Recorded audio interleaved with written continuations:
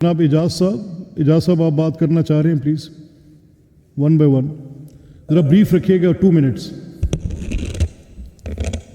जनाब स्पीकर, आपका बहुत शुक्रिया और ख़ास तौर पर मैं ऐवान का भी शुक्रिया अदा करना चाहता हूँ कि आपने इतने अहम मौजू पे मुतफ़िका करारदाद दे लिया। और मैं कौमी असम्बली और ख़ास तौर पर वज़ीर आज़म शहबाज शरीफ का भी और एपेक्स कमेटी का भी शुक्रिया अदा करना चाहता हूँ कि उन्होंने ऐसे वाक़यात पे जो ऑपरेशन शुरू करने का जो फ़ैसला किया है। जनाब स्पीकर, मजहबी जुनूनियत और इंतहा पसंदी का जिन जो है वो बेकाबू हो चुका है।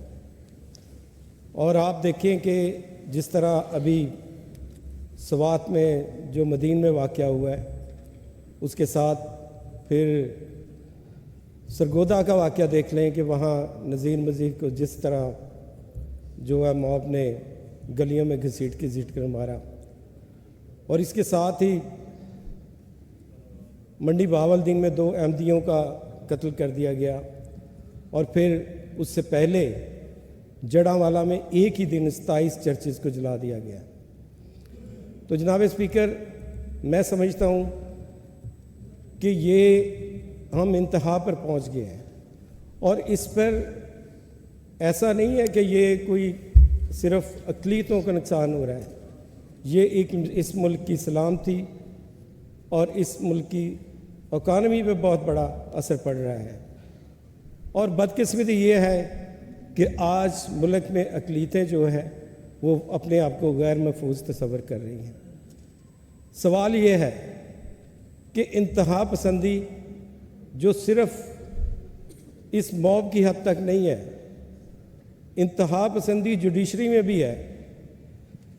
सरगोदा के जज जो थे ATC कोर्ट के, जो अपने आप को बड़ा ईमानदार कहते हैं, उन्होंने नज़ीर मसीह के कत्ल के जिन्होंने उसको गलियों में घसीट के मारा था, उन 44 लोगों को ज़मानत पर रिहा कर दिया। जो कि वैसे उन्होंने लेटर चीफ जस्टिस को लिखा था कि मैं बड़ा ईमानदार आदमी हूँ।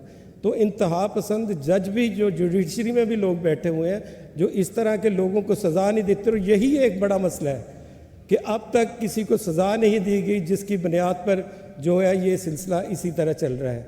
और उसके साथ साथ मैं जनाब स्पीकर ये भी कहना चाहता हूँ कि एक मजहबी इंतहा पसंद जमात जो है वो जड़ांवाला में भी वही कर रही है, सरगोदा में भी यही कर रही है। तो क्या रियासत इतनी कमज़ोर है कि उस जमात को लगाम नहीं दे सकती?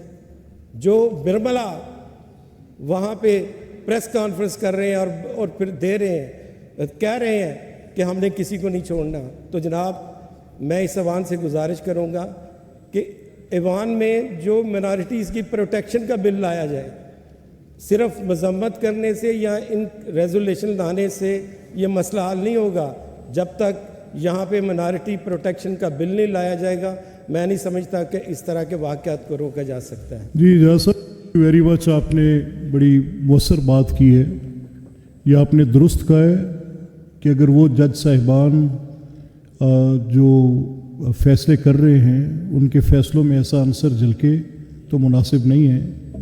लेकिन ये कहना कि ये सिर्फ़ एक रेजोल्यूशन की हद तक, इस रेजोल्यूशन की बड़ी अहमियत है अक्रॉस द पॉलिटिकल डिवाइड। इस माहौल में जब क्लीवेज इतनी डीपेंड है और इतनी तफावत है, इस मसले पर आपने देखा कि तमाम सियासी जमातों का एक ही नुक्ता नज़र है कि इस तरह के वाक़यात का तदारुक होना चाहिए।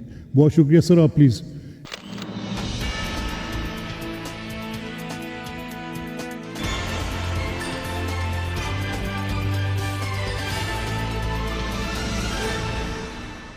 नवाए मसीही, हर मसीही की आवाज़।